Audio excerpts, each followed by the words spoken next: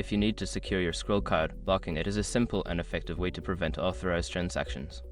Follow these steps to lock your card quickly. Step 1. Log into your Skrill account. Open the Skrill app or website and enter your login credentials to access your account. Step 2. Navigate to Card Management.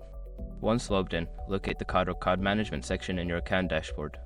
This is where you can manage your card settings. Step 3. Select your card. Find a specific card you want to lock from the list of cards associated with your account. Click on it to access the card options. Step 4. Lock the card. Look for the option that says Lock Card or similar. Click on this option to initiate the locking process. Confirm your choice if prompted. Step 5. Verify lock status.